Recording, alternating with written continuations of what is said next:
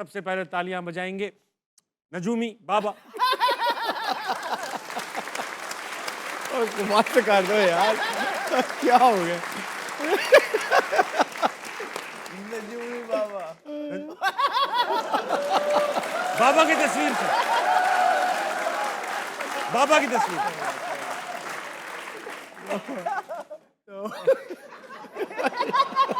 मोहम्मद आमिर के लिए तालियां। बात हो। Well done, well done. हाँ हाँ हाँ, नहीं बाबा। उनके कप्तान साथ शरीफ, हैं कप्तान शरीफ। कप्तान शरीफ उनके साथ मौजूद है। इनका साया हम पे कायम रहे।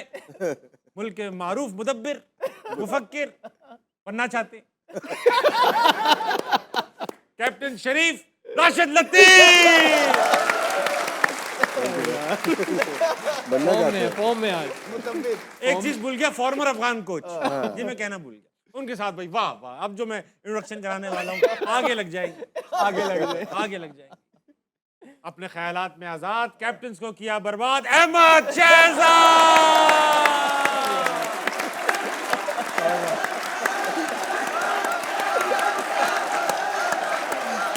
हो गया हो गया हो गया। Thank you, thank you, thank you, thank you. माहिर अमराजे बाबरिया। ये अब चलेगा ना, ये तो अब लिखा जाएगा, आपके विजिटिंग कार्ड पे लिखा ये जाएगा। मजे का है, ये मजे का। राशिद भाई, आपसे ही हमेशा की तरह आगाज करेंगे। जिम्बाब्वे वेस्ट इंडीज का मुकाबला, वेस्ट इंडीज जिस तरह खेली उस ग्रुप के लिए खतरे की घंटी बजा दी। रन रेट 5.35 है अब वेस्ट इंडीज का। इंडिया के लिए और मुसीबतें खड़ी हो सर चुकी है। ये जिम्बाब्वे को फर्क नहीं पड़ा बिल्कुल भी, इंडिया को फर्क पड़ा है इस पे। और इनका जो नेट रन रेट है बिल्कुल बहुत हाई चला गया। और वेस्ट इंडीज, जिम्बाब्वे ने मेरे ख्याल से गलती की कि टॉस जीत के उनको बैटिंग करा दी। ये श्रीलंका नहीं है, इंडिया है। तो यहाँ पे उनको चाहिए था मेरे ख्याल से खुद बैटिंग करते और ज़्यादा रन बना के एक टारगेट सेट कर देते। तो वेस्ट इंडीज़ ने अपने 2 राइट हैंडर रख के उसके बाद लेफ्ट राइट का कम्बिनेशन बनाया और बहुत अच्छा ये किया, इटमायर को नंबर 3 कर दिया। इससे पहले वाली सीरीज़ में देखें 5-6 नंबर पे खेले हैं और उनका नो डाउट कैच छूटा है, लेकिन जिस तरह से उन्होंने बैटिंग की है आउटस्टैंडिंग, बहुत ही ज़बरदस्त बैटिंग की है। और उनके स्पिनर्स भी आज चले, अकील हुसैन को देखें उन्होंने, फिर मोटिया ने 4 आउट किए। तो वेस्ट इंडीज़ लग रहा है कि एक मैच और उनको जीतना है, बड़ा मैच इंडिया के खिलाफ, और वो सेमीफाइनल में लगता है क्वालिफाई कर जाएगी। आपको पहले टेबल देख लेते हैं, फिर वेस्ट इंडीज के मुतालिक और सा टेबल लगाना बेटा। टेबल कह रहा है वेस्ट इंडीज का 5.35 है, इंडिया का -3.8 है। अगर इंडिया तीनों मैच जीतता है फिर तो चांस बन जाता है। तीनों कहाँ जीतते हैं इंडिया? दोनों सॉरी, साउथ अफ्रीका को तीनों जीतने पड़ेंगे इंडिया को क्वालिफाई कराने के लिए। क्योंकि वेस्ट इंडीज को हराएंगे ना, तो फिर इंडिया अगर 2 मैचेस जीतता है तो क्वालिफाई करता है। यस, ठीक है। अगर वेस्ट इंडीज को साउथ अफ्रीका ने हरा दिया तो बाय बाय इंडिया। अच्छा जी।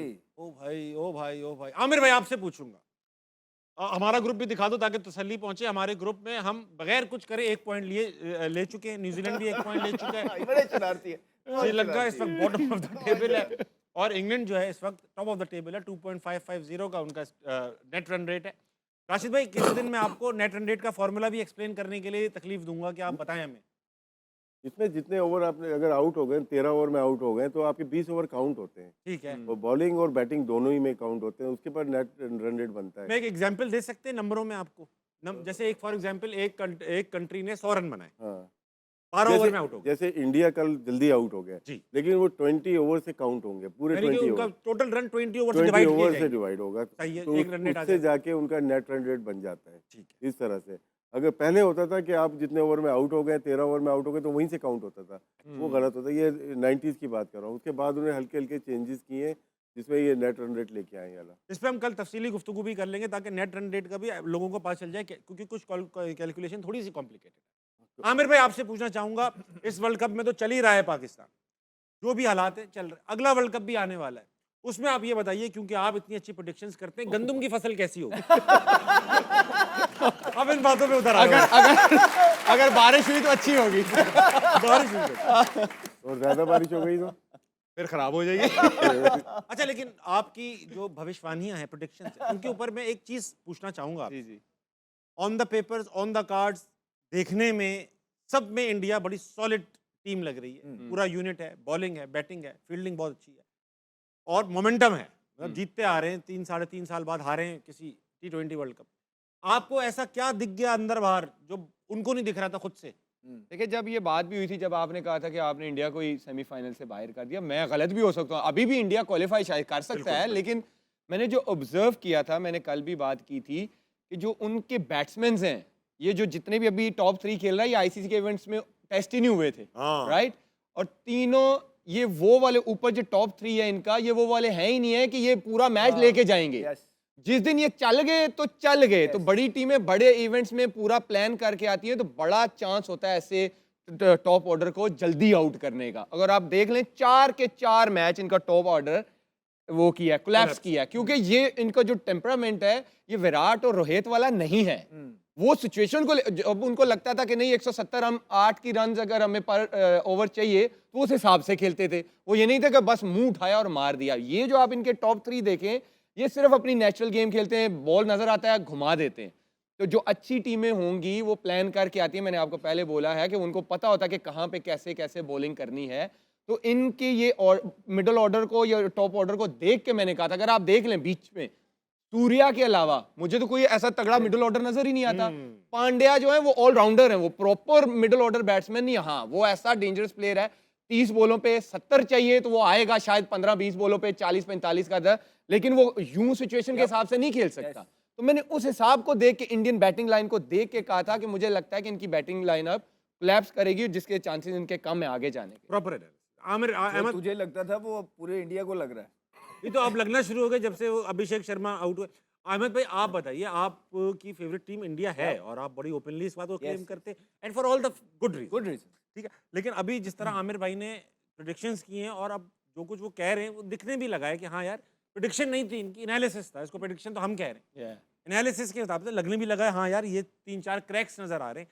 अब आपको भी क्या ये नजर आ रहे हैं या नहीं आ रहे? देखिए इसमें तो कोई दो राय नहीं है कि विराट कोहली के जो शूज़ हैं, हमने इसी शो में बोला था कि वो फिल करना इतना आसान नहीं होगा। जब विराट कोहली चला जाएगा फिर आपको पता लगेगा कि वो किस खेत की मूली है। वो बादशाह था और ये रन चेस करना ये कोई आसान काम नहीं था। बहुत मुश्किल। ये कुदरत ने उसके अंदर एक एबिलिटी डाली हुई थी कि वो किसी पे पड़ने ही नहीं देता था, अकेला ही ले जाता अकेला था, ले। इसलिए तो वो किंग कहलाया जाता था। अब वो नहीं है, तो अब हो क्या रहा है उनकी टीम के अंदर? एक तो वो भी नहीं है, दूसरा ये चेस करते हुए बिल्कुल ही इनको पता नहीं है।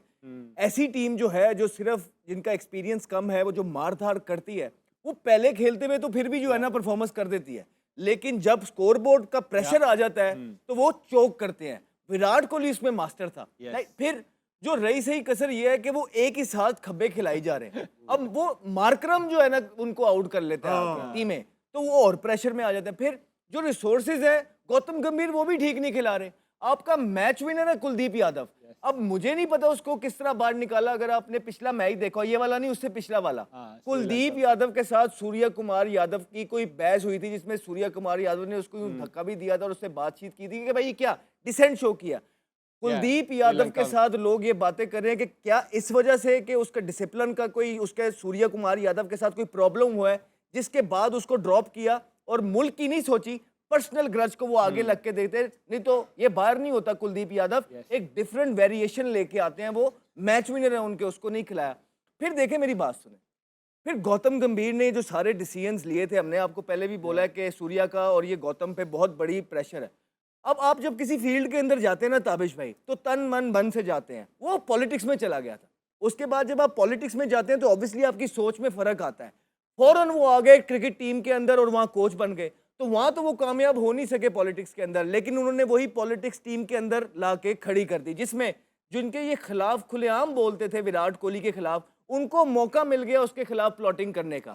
और उनके सीनियर प्लेयर्स को आपने निकाल के इज्जत नहीं दे रहे थे, तो उन्होंने इसी में खैर समझी कि भाई चुप करके हम अपनी साइड पकड़ लें। फिर विराट कोहली के जो भाई का ट्वीट आया था पिछले दिनों, उसमें क्लियरली मेंशन किया कि भाई ये हुआ है मेरे भाई के साथ, लेकिन उसके बाद वो ट्वीट जो है डिलीट कर दी गई। तो ये गौतम गंभीर की जो पॉलिटिक्स है, इसने जो है पूरा चेहरा खराब किया हुआ है भारत की टीम का।